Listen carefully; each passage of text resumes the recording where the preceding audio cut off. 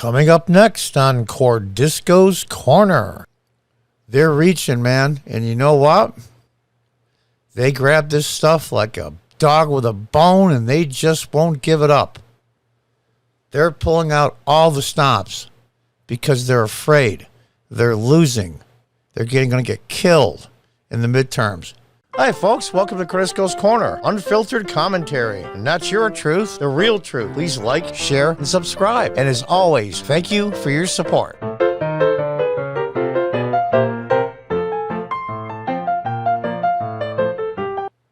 Hi, folks. Welcome back. From the New York Post. Democrats explore barring Trump from holding office over January 6th riot. Now we get to the crux of the matter. Why every day is January 6th and why it's called an insurrection instead of a riot. Why they keep pounding on this. Well, you know, it's their political opponent, so they're going to pound on trivial stuff anyway. That's what politics does. But there's a motive behind the motive. Let's read on. A handful of congressional Democrats are investigating whether former President Trump can be prevented from holding elected office again through the application of an obscure portion of the 14th Amendment. Section 3 of the amendment, enacted in 1868 and best known for enshrining the Equal Protection Clause, prevents any government official who engaged in insurrection or rebellion against the U.S. from holding office again. Now, if I remember right, this was put in for, I think it was Alexander Stevens. I don't know if I think he was a congressman. He was a congressman before the Civil War. Civil War broke out. He was a Southerner. He was the Confederate vice president for the whole time. There was a 6-year term. And of course, the war didn't go 6 years. But he was the vice president of the Confederacy. And after the state was admitted back, I forget what state he was from, when he went to take his seat in Congress, a lot of the congressional people went, whoa, what the hell? This guy just did insurrection against the United States. Well, if you took an oath, you were a citizen again. Robert E. Lee did it, and hundreds of thousands of others did it as well as part of the reconciliation and getting the country back together. So they passed the 1868 law. Now, it wasn't retroactive, and it's never been used, to my knowledge, at least for federal office. Maybe a judge, I'm not sure, I don't know. But they're reaching, man, and you know what? They grab this stuff like a dog with a bone, and they just won't give it up. They're pulling out all the stops because they're afraid. They're losing. They're going to get killed in the midterms this coming November. It's finally come across the year that they're going to lose. 10 months from now, they'll be voted out.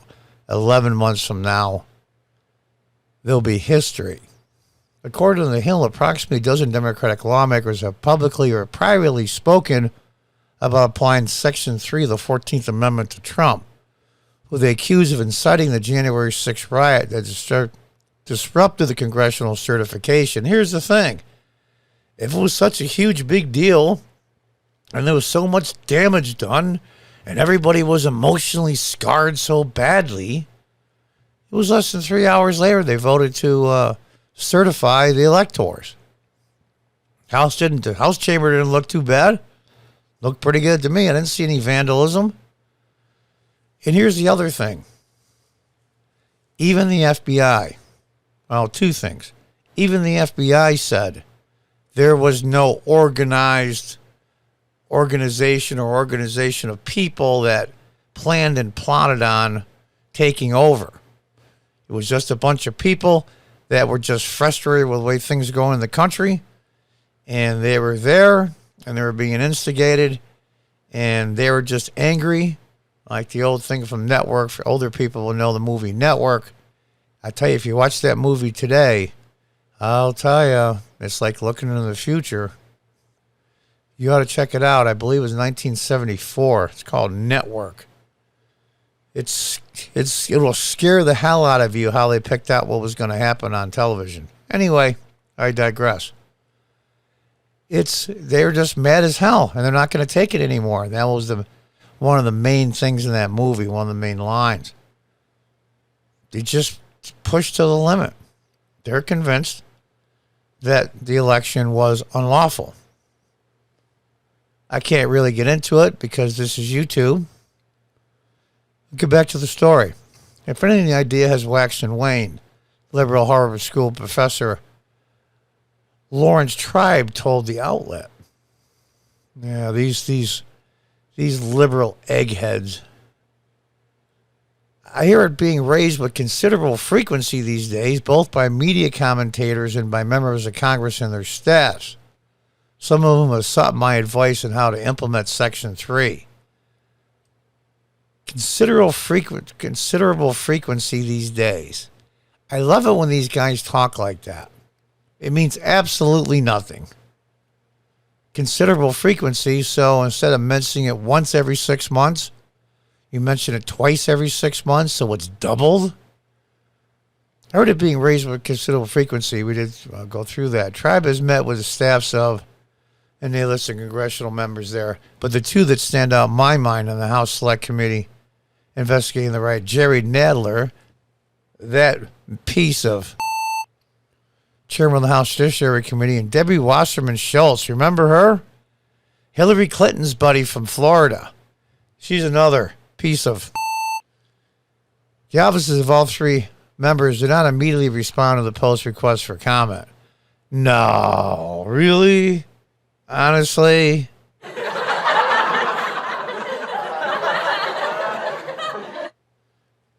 I had to throw that in.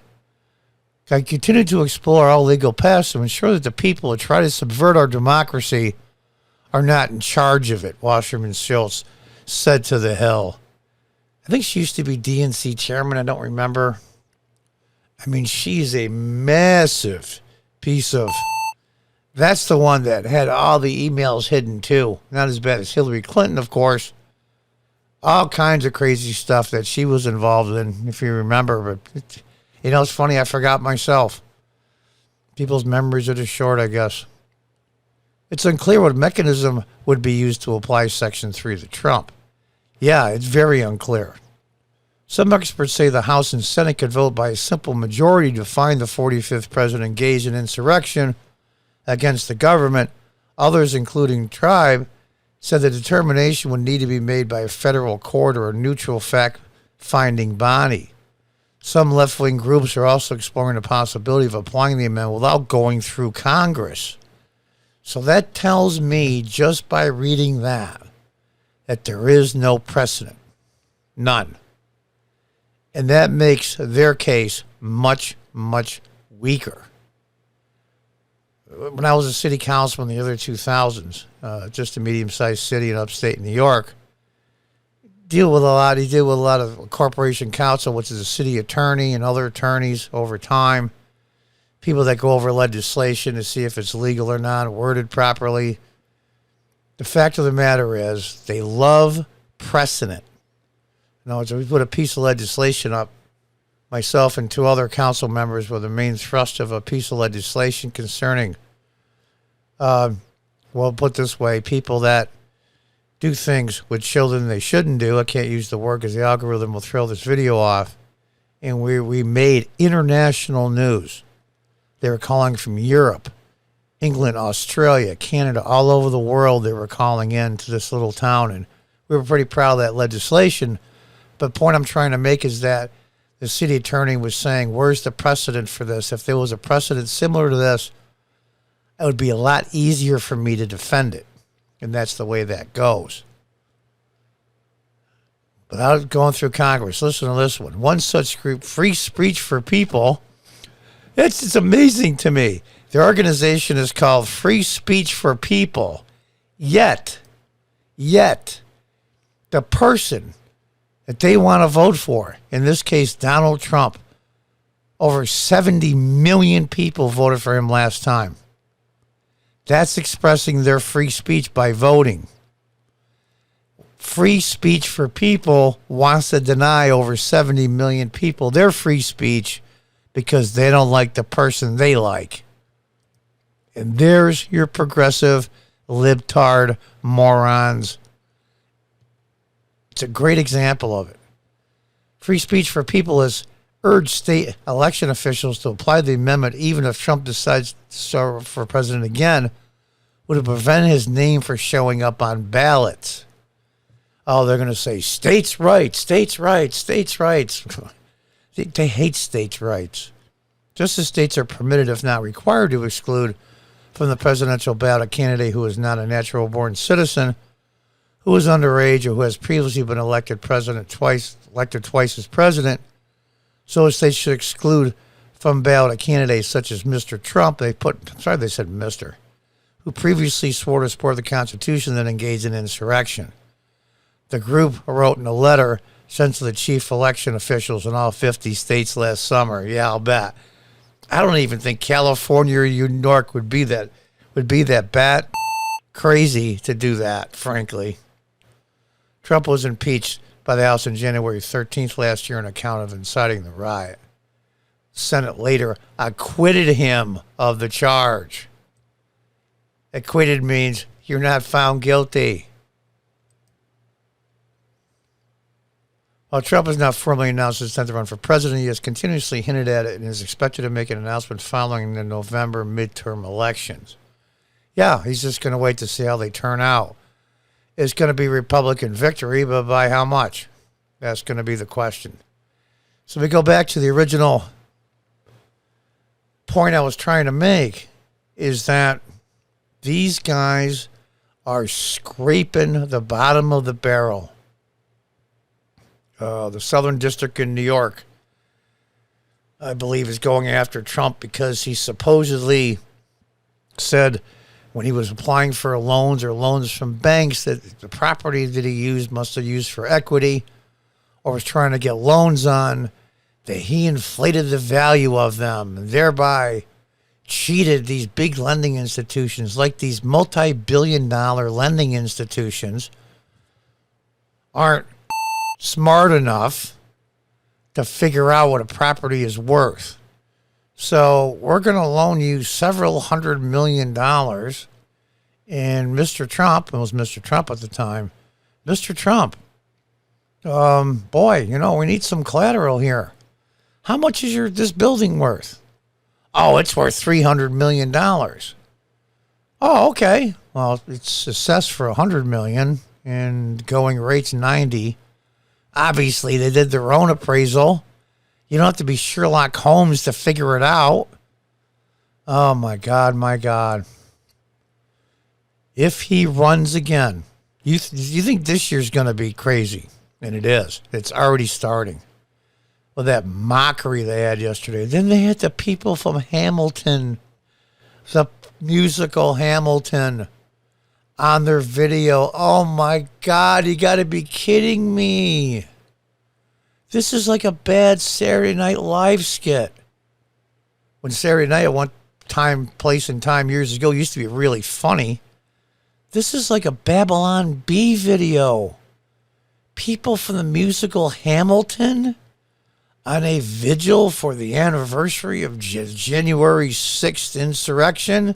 You have people from Hamilton singing. Of course, they all did it remotely. I don't get it. How there's 30 to 40% of these people in the United States, over 18 or over, vote for these people. I just don't get it. I just don't get it. We're going to have to see. Anyway, folks, that's the latest.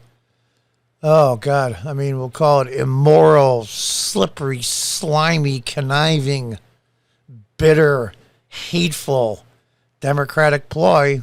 And God knows what else they're going to come up with. Until the next time, goodbye and good luck.